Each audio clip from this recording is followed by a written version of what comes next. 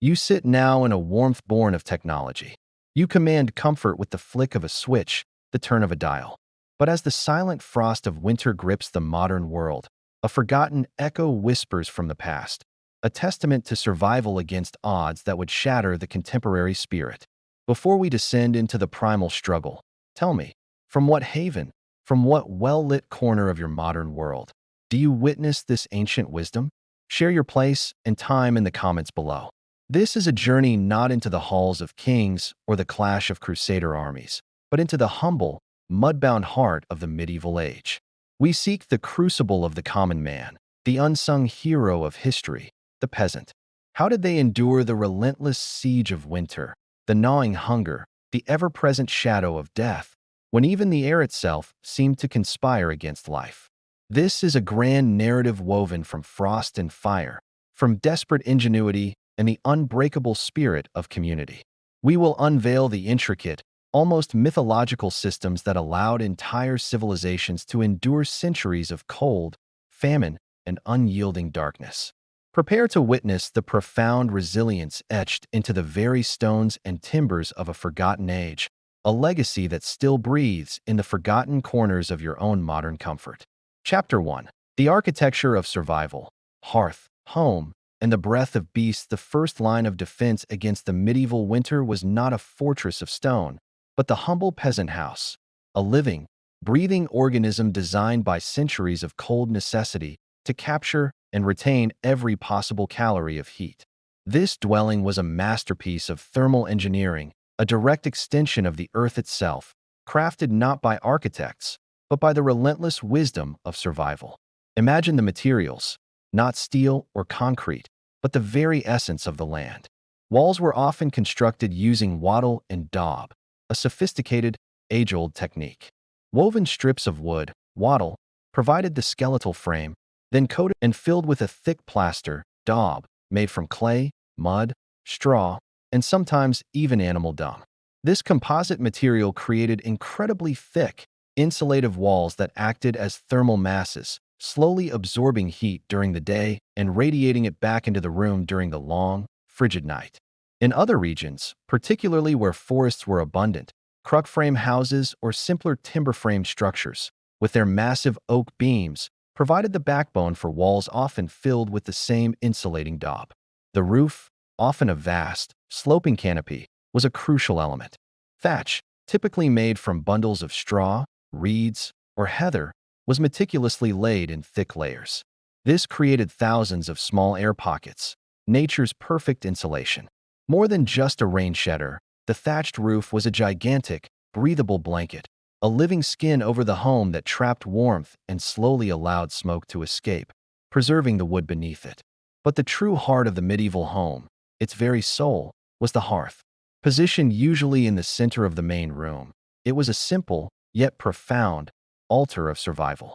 Unlike the modern fireplace, which efficiently channels smoke up a chimney, most early medieval peasant homes lacked this luxury. The fire burned openly on a stone or earthen hearth. This seemingly crude design was, in fact, ingeniously efficient. It maximized the direct radiation of heat into the living space, ensuring that every precious flicker of warmth was absorbed directly by the bodies and belongings within. The smoke, instead of being funneled away, rose slowly, permeating the entire house. This smoky environment, while uncomfortable by modern standards, served multiple vital functions. It acted as an insecticide, deterring flies, fleas, and other pests. More importantly, it helped preserve the wooden structure of the house itself, coating timbers with a protective layer of creosote that inhibited rot and insect infestation. The smoke also contributed to the preservation of stored food, especially dried meats and fish hanging from the rafters. This was a home that breathed, exhaling the accumulated smoke through gaps in the thatch, a constant, organic cycle of warmth and preservation. One of the most profound and often overlooked aspects of medieval peasant house design was the integration of livestock. In many northern European longhouses or specific peasant dwellings, the family would share their primary living space with their most valuable assets, the animals. Cows, pigs, oxen, and sometimes chickens would be housed in an adjacent or partitioned section of the main dwelling. This was not merely about security from wolves or theft. It was a sophisticated biological heating system. The constant, substantial body heat generated by these animals acted as a living, breathing furnace, providing a continuous source of ambient warmth for the human inhabitants. This symbiotic relationship was a powerful testament to the peasants' pragmatic understanding of their environment, blurring the lines between home and buyer, human and beast, in the sacred pursuit of survival. The floors, typically tamped earth, sometimes covered with rushes or straw, further stabilized the indoor temperature, acting as a natural heat sink. The windows, if they existed at all, were small, unglazed openings, often covered with wooden shutters, oiled cloth, or animal bladders, minimizing heat loss. Light was a luxury, warmth was a necessity. Finally, the fire itself was a continuous, almost sacred entity. It was rarely allowed to die completely. At night, the glowing embers would be banked, covered with a thick layer of ash to stifle oxygen flow and preserve the heat. This created a smoldering core that could be easily revived in the morning with a blast of air and a few pieces of kindling. This practice, often symbolized by the use of a metal curfew from the old French couvre-feu, meaning cover the fire, was not just a convenience. It was a profound act of fuel conservation, a constant vigil against the encroaching cold. The hearth was more than a source of warmth. It was the rhythmic heartbeat of the peasant home, a constant ember against the vast, indifferent darkness. Chapter 2. The woven shield, clothing, custom, and the kinship of heat beyond the sturdy walls of their homes. The medieval peasant faced the raw indifference of the elements armed with a woven shield, their clothing. This was not a matter of personal expression or fleeting fashion. It was a matter of life and death, dictated by the relentless siege of the cold. Every thread, every layer, every custom of dress and sleep was a calculated act of survival, a testament to centuries of accumulated, hard-won wisdom. The foundational layer for most peasants was linen. This coarse, durable fabric, spun from flax, was worn as a shirt or chemise directly against the skin. While not as warm as wool, linen possessed crucial properties. It was absorbent, wicking away sweat from the body, preventing the chill that would set in if moisture were allowed to accumulate. More importantly, it could be washed, a vital consideration in an age where bathing was rare and cleanliness a constant battle against disease. The linen acted as a barrier, protecting the outer, more expensive woolen garments from direct contact with body oils and grime, thus extending their lifespan. Layered over the linen, wool was the undisputed king of medieval peasant textiles. Sheep were abundant, their wool easily processed, and its properties were perfectly suited for the unforgiving climate. Wool insulates exceptionally well, not just when dry, but crucially, even when damp. This was a godsend in a world of constant dampness from rain, snow, and morning dew. Peasants would wear multiple layers of wool, a basic tunic, often extending to the knees, followed by heavier tunics, coats, or voluminous cloaks. These outer garments were often thick, undyed, and incredibly durable, designed to withstand the brutal physical labor of farm life. The construction of these garments was basic but effective. They were often cut to be loose-fitting, allowing for layers beneath and for ease of movement during work. Seams were robust, and hems were often reinforced, reflecting the understanding that every piece of clothing was an investment, an essential piece of the survival toolkit that had to last for years. The sheer weight and bulk of a peasant's winter attire would feel incredibly restrictive to the modern wearer, but it was a necessary burden, a protective cocoon against the biting wind. But clothing alone was insufficient. The extremities, the hands, feet, and head, are the body's primary heat exchangers, vast surfaces through which warmth rapidly escapes. Here, specific garments were crucial. Woolen mittens, often fingerless to allow for dexterity, protected working hands. Thick woolen stockings or hose encased the legs, preventing cold from creeping up from the ground. Footwear was often crude leather shoes or simple wooden clogs, sabots in French, sometimes stuffed with straw for extra insulation. These were not built for comfort, but for utility and warmth. The head, a major radiator of body heat, was never left uncovered. Coifs, simple linen or woolen caps, were worn close to the head, often topped by heavier woolen hoods or the vast hoods of cloaks. This layered approach to headwear was a critical, instinctive response to the physiological reality of heat loss, a common knowledge passed down through generations. Beyond individual garments, the very custom of communal sleeping played a vital role in surviving the coldest nights. Families, often large, would sleep huddled together on straw-filled mattresses or benches close to the central hearth. This practice was not merely a consequence of cramped living conditions. It was a profound, instinctive act of survival. The collective body heat of multiple individuals, radiating against each other, created a living, breathing warmth, significantly raising the ambient temperature within the sleeping area. This was the kinship of heat, a silent testament to the understanding that individual survival was inextricably linked to the warmth of the collective. For those moments when even the huddled warmth was insufficient, peasants employed simple, yet effective, thermal hacks. Hot stones, warmed by the fire, would be carefully wrapped in cloth or placed within an earthenware pot. These primitive bed warmers would be nestled under blankets or against the body, offering a concentrated source of radiant heat during the most frigid hours of the night. This was a direct, tactile defiance of the cold, a small victory won through ingenuity and the raw power of fire. Thus, the medieval peasant's shield against winter was not a single, grand invention, but a meticulously woven tapestry of simple materials, layered garments, and communal customs. Each thread, each habit, a whisper of ancient wisdom passed down through generations, ensuring the fragile flame of life continued to burn against the relentless, indifferent cold. Chapter 3.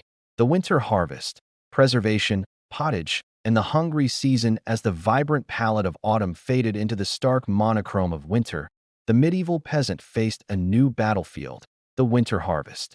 This was not a time of bounty, but a desperate, strategic effort to hoard and preserve every calorie, every nutrient, against the inevitable lean months. The very act of feeding a family through winter was a complex, labor-intensive dance with scarcity, dictated by ancient methods of preservation and a diet forged in the crucible of necessity. The autumn was a frenzy of activity, a race against the encroaching frost. The slaughtering of animals was a critical event. Pigs, often the most common peasant livestock, were butchered with immense care, every part of the animal put to use. But the meat, fresh, would spoil quickly. This led to the fundamental survival technology, preservation. Salting was the undisputed king of medieval food preservation. Large quantities of salt, a valuable commodity, would be meticulously rubbed into every surface of the meat, pork, beef, and often fish if a water source was near. The salt drew out the moisture, inhibiting bacterial growth. The meat was then often hung in cool, dark places, sometimes even within the smoky environment of the home, where the smoke itself acted as an additional preservative, imparting unique flavors. This smoking process was not merely culinary. It was a deep, ancient chemical warfare against decay, turning perishable flesh into durable stores of protein and fat. Beyond meat, the peasant's pantry relied heavily on drying. Grains, once threshed, were stored in dry, cool conditions, often in granaries or within the house itself, protected from vermin. Legumes, peas, and beans were meticulously dried, becoming hard, stony spheres that could be stored for years, providing essential protein and fiber. Fruits, if available, were sliced and sun-dried or fire-dried, offering a rare taste of sweetness in the barren winter. The preparation of vegetables was equally vital. Root vegetables like turnips, parsnips, and carrots, which were often purple or white, not orange, were packed in layers of sand or straw and stored in underground pits or cool, dark cellars. This method kept them from freezing solid and slowed their decomposition, allowing for access to freshish vegetables deep into the winter. Fermentation was another key technique, particularly for cabbage, which could be turned into a form of sauerkraut, providing essential vitamins, like vitamin C, warding off scurvy, that were scarce in the winter diet. The cornerstone of the winter diet was pottage. This was not merely a meal. It was a continuous, evolving entity, stewed for hours, sometimes days, in a single iron pot hanging over the hearth. Pottage was the ultimate efficiency food, fuel efficiency. It required minimal fuel, simmering slowly over banked embers. Caloric maximization. It maximized every available calorie, often containing a mixture of grains, oats, barley, legumes, whatever preserved vegetables were at hand, and sometimes scraps of salted meat or bone broth. Hydration and warmth. It provided crucial hydration and deep, internal warmth in the frigid environment. The pottage was often thick, gruel-like, providing a substantial, if monotonous, source of energy. It was a testament to the peasant's ability to create sustenance from scarcity, a warm, comforting blanket in a bowl. The winter months were also the hungry season because fresh produce was non-existent. Access to fresh meat was limited to the initial autumn slaughtering. The diet became heavily reliant on stored, preserved, and often bland foods. This monotony was a psychological challenge, but a necessary one. This constant state of low-level hunger was the baseline of existence, a dull ache that accompanied every waking moment, a constant reminder of the ever-present threat of famine. The successful navigation of the winter food strategy was a triumph of meticulous planning, relentless labor, and a deep understanding of natural processes. It was a communal effort, often with shared resources and labor during the crucial autumn preservation period.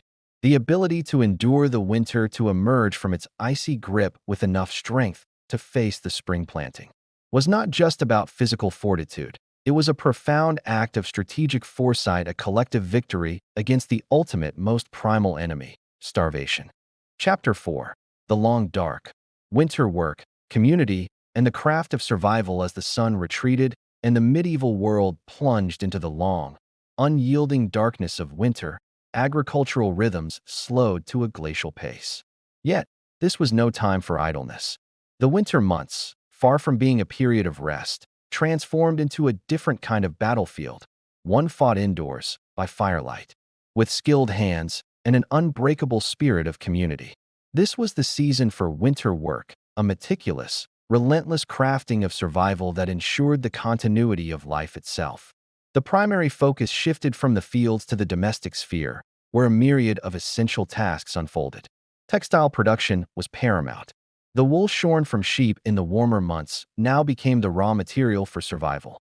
Women, men, and children would spend countless hours by the flickering hearth, engaged in the laborious processes of spinning and weaving.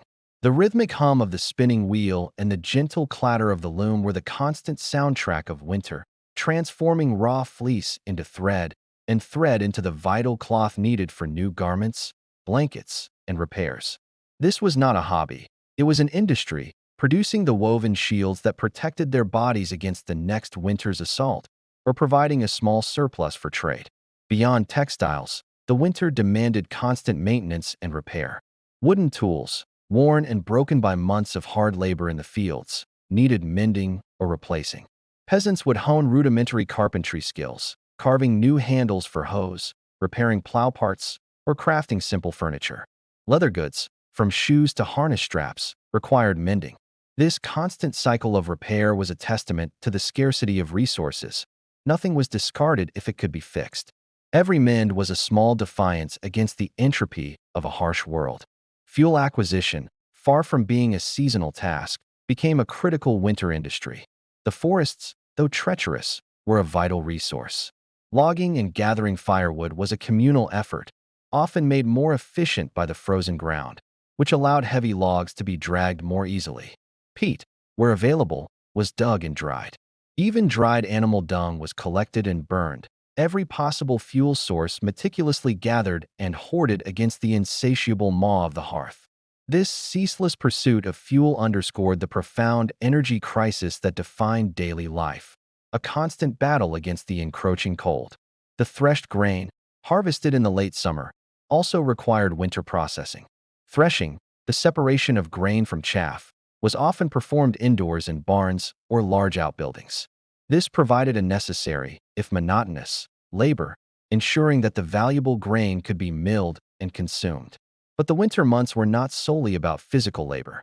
The long, dark nights also nurtured the vital, intangible strength of community. With daylight hours severely curtailed and outdoor work limited, people gathered more frequently in the warmest available spaces, the main room of a large house, or around the central hearth. These gatherings were driven by necessity, sharing scarce light and fuel, but they blossomed into vital social rituals. Here, in the flickering firelight, the human spirit found its solace. Storytelling, passed down orally through generations, filled the silence, preserving history, myth, and moral lessons. Singing and simple musical performances lifted spirits. Gossip and news sharing, limited as it was, maintained social bonds and relieved the immense psychological pressure of isolation. These communal moments were not mere entertainment. They were essential acts of collective psychological survival, combating the deep, existential dread of the long, cold darkness. The medieval peasant's winter was a profound symphony of ingenuity, resilience, and communal solidarity. Every task, every gathered ember, every shared story was a deliberate act of defiance against the crushing weight of the season. They were not merely waiting for spring. They were actively crafting their survival thread by thread, log by log, story by story, ensuring that the fragile spark of life within their community would endure until the earth once again awoke. Chapter 5. The Silent Graves. Unrecorded suffering and the weight of the unnamed. The romanticized image of the medieval peasant often focuses on their ingenuity, their resilience. Yet, beneath the tapestry of clever survival lies a profound, unrecorded tragedy. The sheer, overwhelming volume of unremembered suffering. For every celebrated harvest, for every ingenious architectural solution, there were countless nameless lives consumed by the indifferent cruelty of the age, a silent legion in the vast, unmarked graves of history. History, as we often consume it, is largely the narrative of the elite, the kings, the knights, the clergy. The peasant, the backbone of the entire societal structure, was, in the historical record, a cipher. Their struggles, their joys, their deaths, and their invaluable knowledge are largely missing from the parchment, buried under the same soil they worked. Their lives were lived in a terrifying, existential anonymity. Consider the Great Famine of 1315 to 1317, an event so devastating it predated the Black Death by decades. A series of exceptionally cold and wet summers led to widespread crop failures across northern Europe. This was not merely a scarcity. It was an apocalyptic event that saw millions perish from starvation and the subsequent diseases. Villages were abandoned, families disintegrated, and the very fabric of society frayed into desperate acts of survival, even whispers of cannibalism. Unlike the Black Death, which left a stark demographic mark, the Great Famine's true death toll is lost to the incompleteness of the record. It was a silent, grinding catastrophe that proved the fragility of all medieval life. The peasant's life was also marked by a constant, low-level pain, a chronic suffering rarely acknowledged. The relentless physical labor led to widespread arthritis in the knees, hips, and spine, crippling men and women by their 30s. Poor diet resulted in dental decay and abscesses that, untreated, could lead to fatal infections. Minor injuries, a deep cut, a badly sprained ankle, could easily become infected, resulting in lameness or death.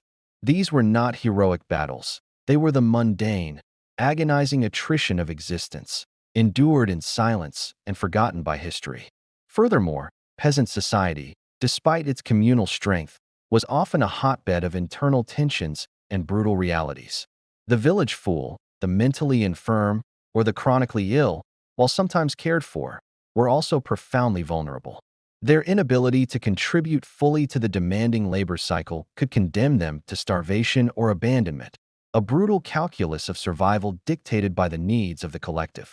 The threat of violence was ever present.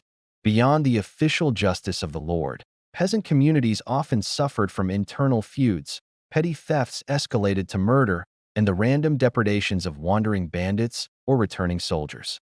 These were often localized, unrecorded tragedies, leaving no trace in the grand chronicles of the age. For a peasant, death could come swiftly and brutally, not from a noble quest, but from a drunken brawl or a dispute over a pig. Perhaps the greatest tragedy is the loss of their wisdom.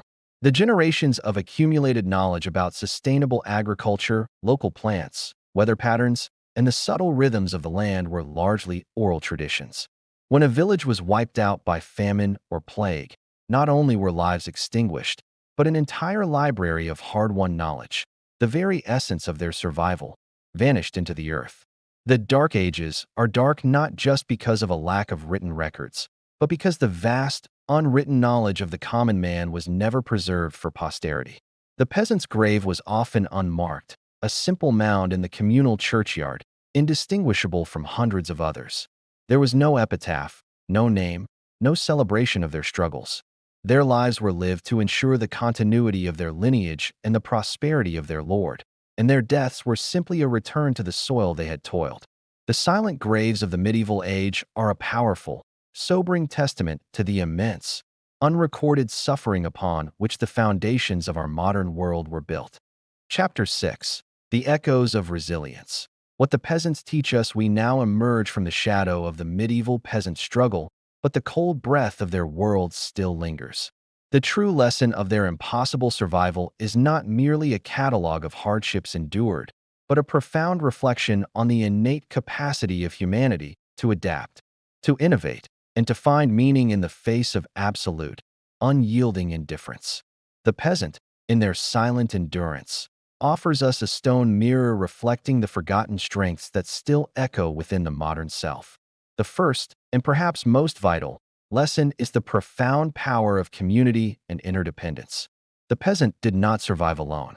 Their ingenious homes integrated with livestock, their communal sleeping arrangements, their shared labor in the fields, their collective defense against famine and banditry, all speak to a fundamental understanding that individual survival was inextricably linked to the strength and health of the collective. In a world of scarcity, isolation meant certain death. Their survival was a symphony of cooperation, a testament to the primal human need for belonging and mutual aid. This stands in stark contrast to the often atomized, individualistic existence of modern society. Next, we witness the astonishing ingenuity born of necessity. The peasants' world lacked our advanced technology, yet they crafted sophisticated solutions with the raw materials at hand. Wattle and daub walls, thatched roofs, open hearths. These were not crude designs, but elegant, thermally efficient systems evolved over centuries. Their methods of food preservation, salting, smoking, drying, fermenting, were a masterful form of chemistry, ensuring sustenance through barren months. Their understanding of the land, its rhythms, and its secrets was a deep, inherited science passed down orally, a testament to practical knowledge that often surpassed the abstract theories of the learned. The peasant's life also teaches us the sheer, almost incomprehensible power of resilience. They faced disease, famine, arbitrary justice, and constant physical toil with a fortitude that defies modern understanding. Their bodies, hardened by relentless labor, and their spirits, tempered by constant adversity, possessed a toughness that seems almost mythical. They understood, fundamentally, that life was a struggle, and that every new day was a hard-won victory. This ingrained resilience, this almost brutal optimism in the face of unending hardship, is a testament to the indomitable nature of the human spirit. Perhaps the most potent echo from their world is the understanding of true value. In a society defined by scarcity, nothing was wasted. Every piece of cloth was mended, every tool repaired, every calorie meticulously accounted for. This deep respect for resources, born of constant privation, stands in stark contrast to the consumerist excesses of the modern age. The peasant lived a life of deliberate, forced minimalism, teaching us that true wealth lies not in accumulation, but in the efficient use and preservation of what little one has. Finally, the peasant's enduring faith, however superstitious or rigid, provided an unshakable cosmological framework for their existence. In a world devoid of scientific explanation, their belief system offered meaning to suffering, hope in despair, and a sense of order in a chaotic universe. It was a psychological shield, a narrative that allowed them to confront the terrifying unknowns of disease, famine, and death with a sense of purpose. While we may no longer share their specific beliefs, the lesson is clear. Humanity's need for meaning, for a story that makes sense of the inexplicable, is a timeless, fundamental aspect of our survival. Conclusion: the unspoken debt. So, we return, again, to the quiet hum of your room, to the gentle glow of your screen. The verdict remains: you would not last a day in the medieval world. You would be broken not by the sword, but by the microbe. You would be crushed not by the Lord's army, but by the relentless, arbitrary force of nature and the suffocating pressure of a system that demanded absolute obedience. Your comfortable life, your access to clean water, to instant medicine, to boundless information, to personal choice, is a historical anomaly. It is the hard-won dividend of 10,000 years of unrecorded suffering. It is a bounty purchased by the lives of those silent, anonymous millions who lived and died beneath the tyranny of the bell and the constant siege of winter's breath. Never forget the impossible fragility of the warmth and order we inhabit. Your modern existence is built on the bones, the ingenuity, and the unyielding resilience of those who found meaning in the darkness and hope in the face of inevitable, agonizing death. If the shadows of the past still call to you, if the unrecorded voices of the forgotten ages haunt your curiosity, then join us. Subscribe now and activate the bell to continue the journey into the lost histories, the erased civilizations, and the deep mysteries hidden from the scrutiny of time. Leave your mark in the comments and tell us, what forgotten age should we confront next?